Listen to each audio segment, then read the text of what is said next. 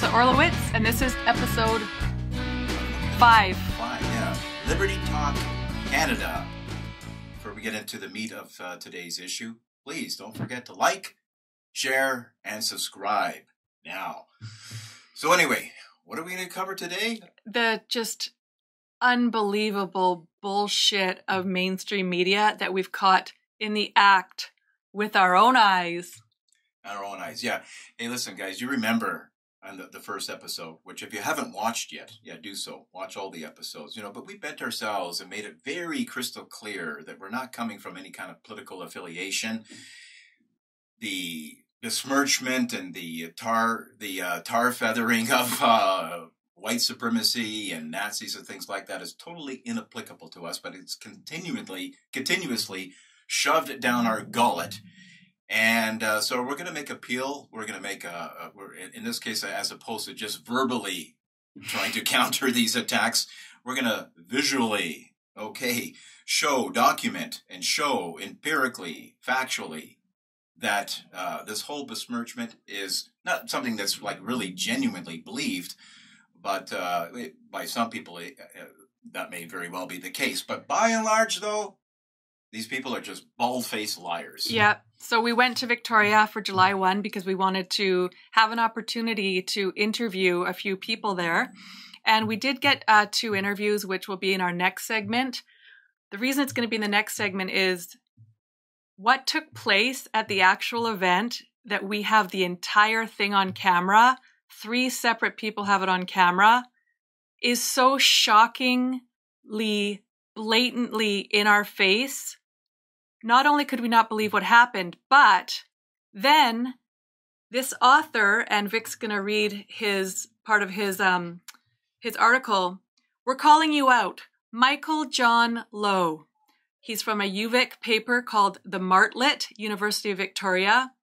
He literally wrote an article about July 1st that he published that's the exact opposite of what happened, and we have it on camera. So when people returned, some of the people that were there started saying, look at this article. They want to sue him. They want to get him to retract. But instead, he took away all the comments that outed him for his lies, all the videos that outed him for his lies, and kept the article up. We can't wait to show you the video. We're going to this episode. But first, we're going to let you know what he wrote. So this is what they're teaching in university, is how to lie. It's a fine way of putting it. Okay, on July 1st, the legislature, let me just read that again, sorry. On July 1st, the legislature lawn, normally used for Canada Day concerts, was instead filled with a Black and Indigenous-led celebration called Resist Canada 153. The celebration sought to pay tribute to the ongoing resistance against the Canadian state and its ongoing legacy of colonialism and white supremacy. At its peak, over 350 people gathered on the legislative grounds. At various points throughout the day, the group was provoked by a far-right anti-mask protest on the other side of the lawn. Oh, gasp! Anti-mask. It is such complete bullshit. And you will see from the video. I can't even, anyway. That so did not happen. And in fact, keep reading. I'm going to have a heart attack. I got to fucking show you guys what really happened. This is what media's doing. Canada was founded by white supremacy, an Indigenous speaker said. They stole Black people, they killed Indians, and they enslaved Chinese people. The social hierarchy of white supremacy and its inertia is still present today, and it's on the other side of this field. This guy was writing the article as the event was unfolding, completely slanted, completely biased. And in fact, I don't even think that this person actually believes his own bullshit. This is just propaganda, because it had nothing to do with white supremacy. And we don't even know if he was there. The person that threw the Freedom event is like, were you even there? So now I am certainly not, and I know Vic probably isn't either, saying that these horrific things while Canada was forming and afterwards didn't happen. We know they did. Horrific things happened when the white man came to Canada. We are not denying that. But what we are wanting to do is show you that the media has lied about what happened around the event. So let me continue. Just before you do continue, like in regards to that of like being sympathetic to to what they would very well be trying to make clear to a lot of other Canadians, that the organizer of this other field, the white supremacy or whatever, which was the freedom movement, was entirely accommodating to them. Oh yeah, we're going to show it. We're going to show it. So this is when the article just takes a big dive for the dark bullshit media. While they spoke, meaning the Indigenous group, the far-right protests jeeringly sang the Canadian anthem in an attempt to heckle and drown out Indigenous voices. You're going to see from the video, first of all, the Freedom event had asked the police for permission, had told the city and had permission from Victoria, the city, to go to the Parliament buildings and stand on the steps, and have a freedom event there. Completely peaceful, lots of Canadian flags. And what they were wanting to talk about is the COVID-19 statistics and why we shouldn't be shut down. That's what the event was about. Freedom, truth, and statistics. In fact, it would have been boring for most people because as Ryan stood up there and was just talking about the statistics, which has nothing to do with what color you are, there was multiple different races at the event wanting to see these statistics. All of a sudden,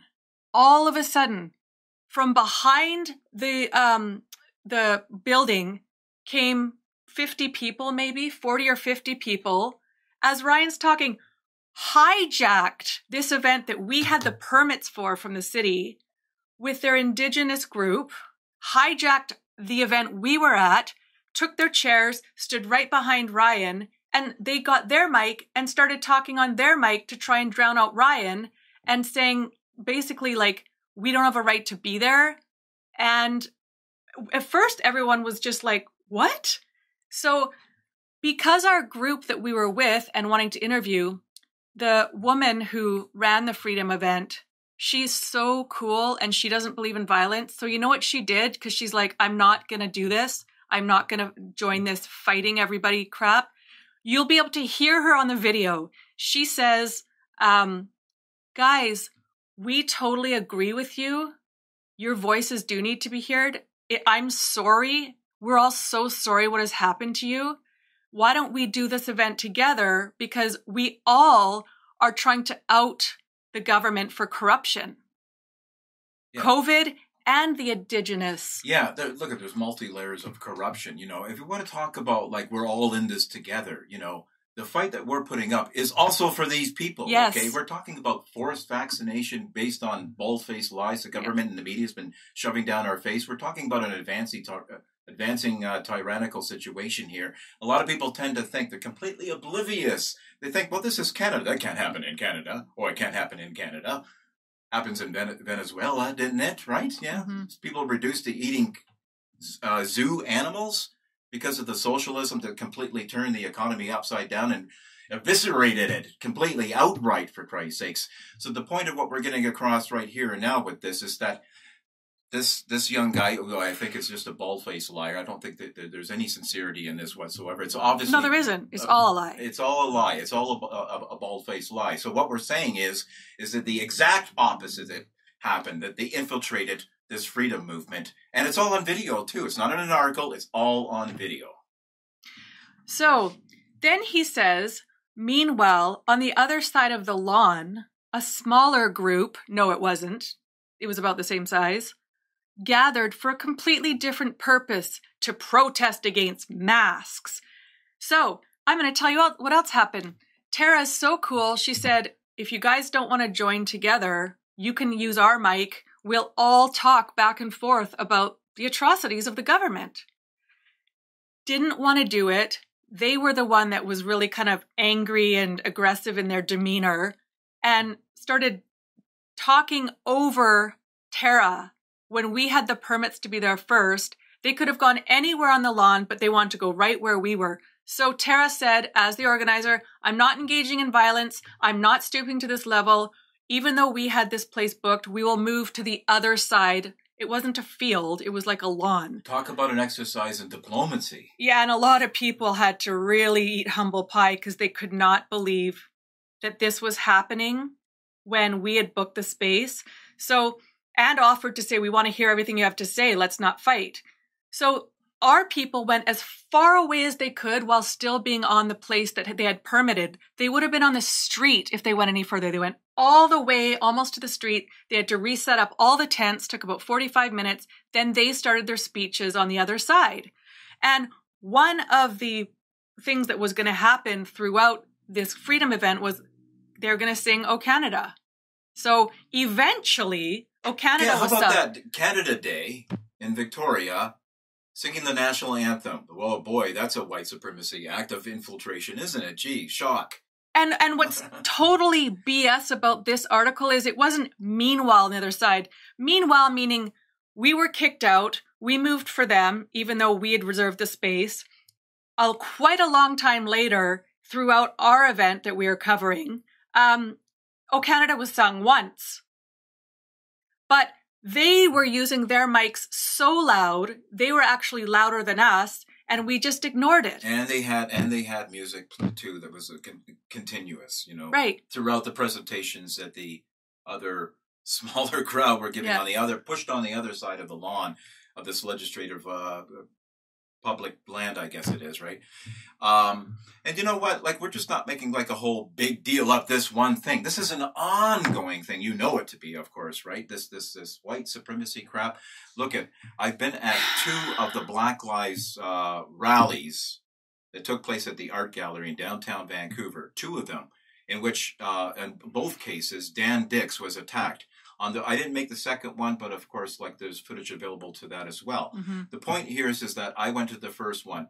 It was infiltrated just like this is. It's infiltrated by Antifa and Black Lives Matter. They have attached themselves to groups like this, the indigenous people, which could very well, be a very noble thing. It might be very mixed up with very bad philosophical errors, like in the sense of reparations to be made by present-day white people for the sins of the past, right, through a tax bite or whatnot.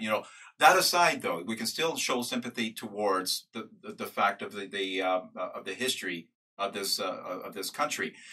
But these people went on the attack, for God's sakes, even at the on other occasions. Okay, I've witnessed it. I've seen it firsthand of just how the propensity of violence that these people have.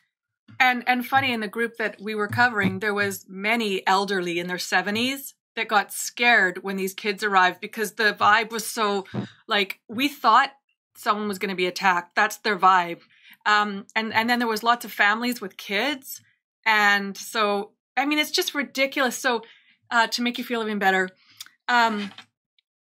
those involved in this protest, meaning the one they're calling ours, which wasn't even a protest, it was an information event, were a mixed coalition of anti-vaccine, anti-mask, and pro-Wexit groups.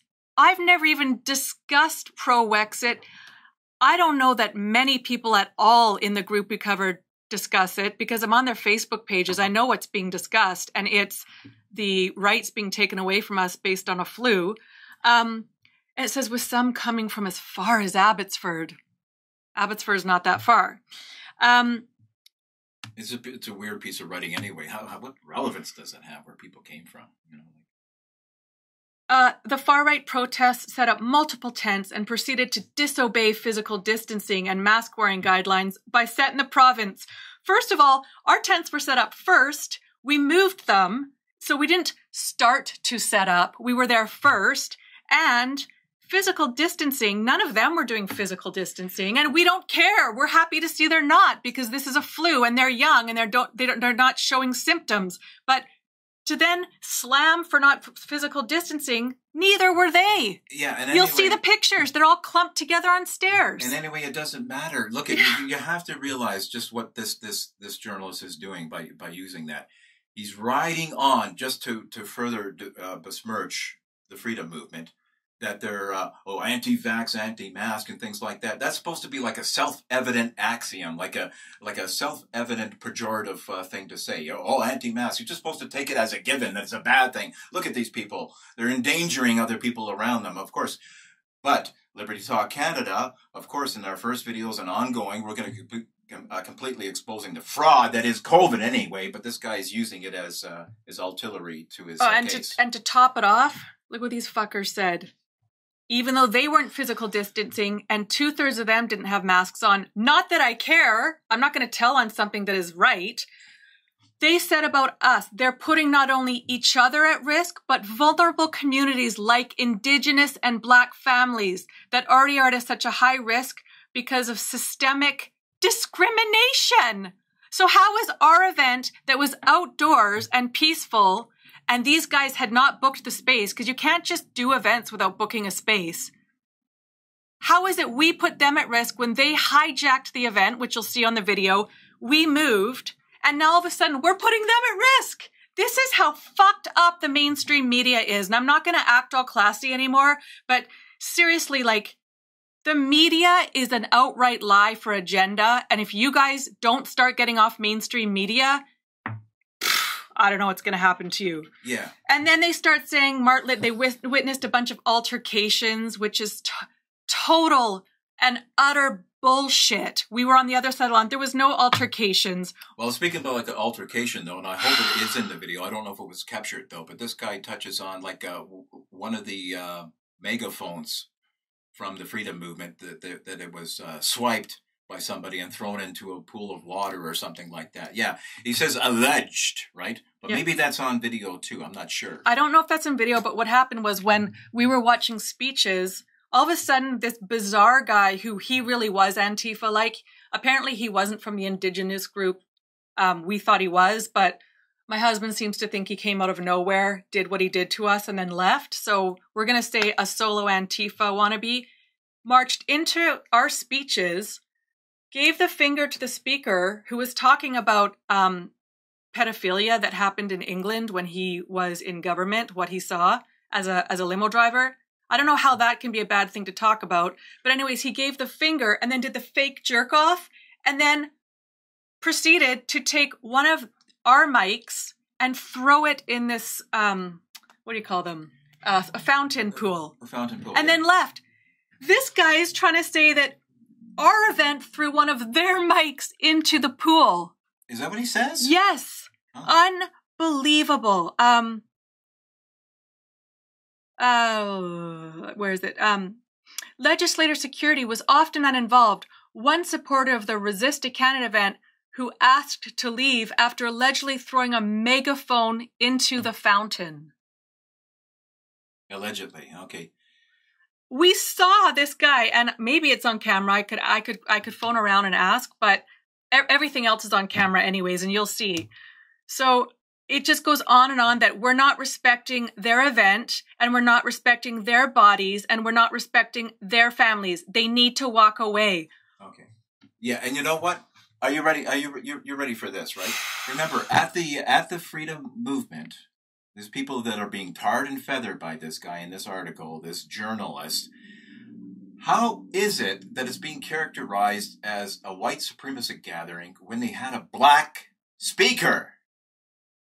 Yeah, there was a black speaker. Drea is her name, and she's amazing. She's half Indigenous, half black. So she wrote in to this paper as well and said, "Are you kidding me? I was there. We were peaceful and extended an olive branch, even though you kind of hijacked our event and said, let's do this together."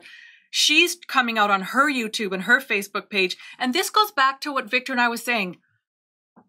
This is why conservative politicians, concerned citizens have to do these YouTube channels, because media lies. And I want to tell you one other thing. Check News from Victoria conveniently showed up with the Indigenous group at the exact same time. So he knew they were coming. They came in, they timed it exactly to take over. He only taped them. He ignored what happened. He didn't show what happened with our event. He didn't show all the people that were already set up and peaceful and all the grannies and grandpas and kids. Didn't show that. Only showed the Indigenous thing. Now, maybe that was his job, was just to do that. But literally, biased the reporting so bad, acting as if we weren't even there and that this didn't happen. It's glaringly transparent, you know. And once again, there's a lot of stress that we're putting on this article and this so-called journalist because we happen to be there. But I want to emphasize again that the mainstream media are liars. They're propaganda machinists. And it goes into what your friend who we're going to interview, Walter Block, yes. It goes into what a lot of professors who are kind of fessing up about what's going on in the universities, the brainwashing of the kids now in universities is all for this agenda. Most specifically in the humanities and philosophy departments. And these kids come out brainwashed. And when we tried to talk to them, like, well, I only tried to talk to one person, but they won't look you in the eye. They just look past you. And it's like, hey guys. And they're like this, they won't look at you and they turn away. Can't compute, can't go against the programming. There's like this glassy-eyed, Kool-Aid fed ideology that's been shoved down their gullets, which comes back to swinging around to cultural Marxism. We'll talk about a little about that when we cover some of the Soros and Black Lives Matter issue. Yeah, so we're going to show the video now.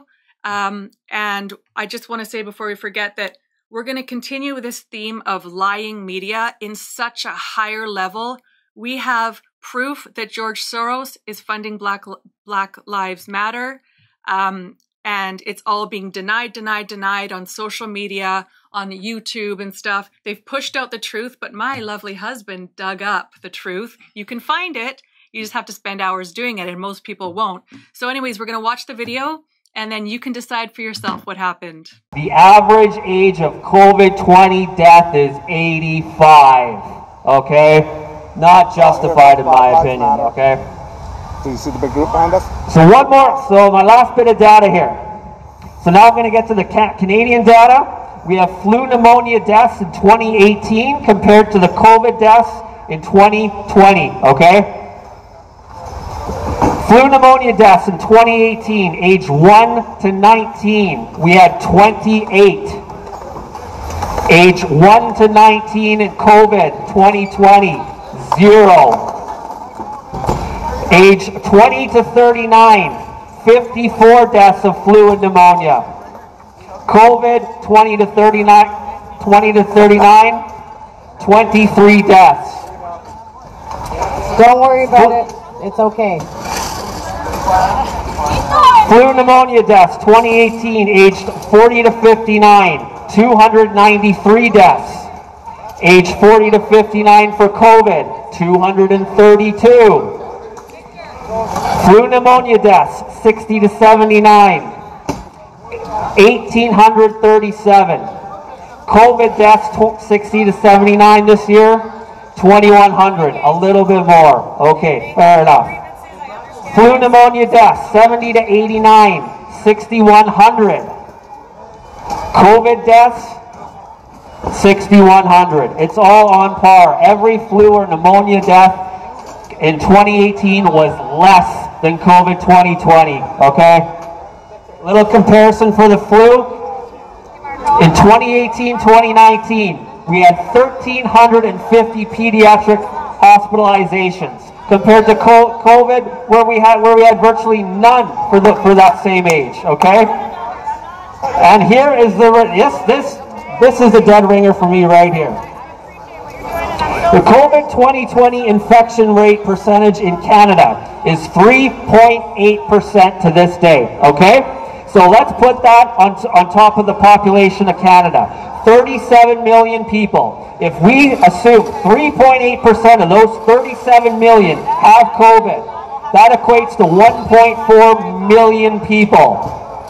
If we assume 8,600 dead on 1.4 million people, the death rate is 0.06%, which is less than the flu. This is not justified. This is government corruption, and we're here to fight that right now. So thank you so much for showing up. Thank you.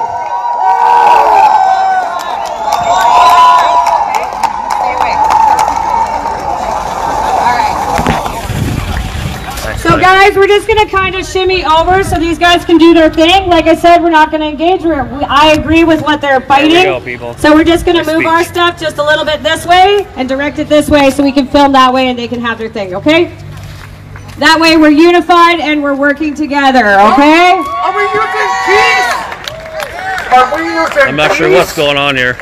What movement is this? All right, Do you know? let's move it over. Is it? Okay, so this is Black Lives Matter. Okay, cool.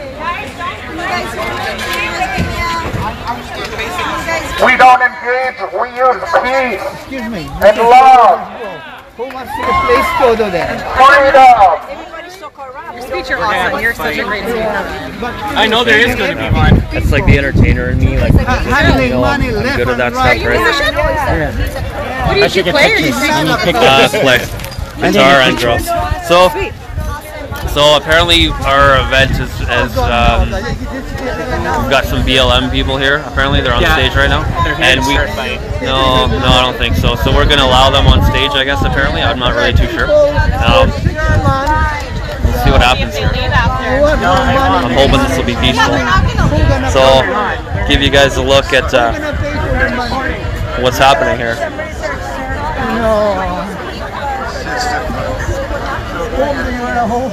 Strange. I'm not sure what's going to happen. This is kind of a interruption in our event. Hopefully it'll be peaceful. I don't know. We will see. I hope you guys enjoyed my speech. Disruption, folks. I busted It's my just going butt to take at a that minute and we'll be for a all long good. time. We'll So I continue hope you on. guys liked it. These people are allowed to voice their grievances as well. And we all know what the Canadian government did to the Indigenous people with regards to genocide and murder and everything else. I personally would love to hear about their issues and what they're talking about at some point today.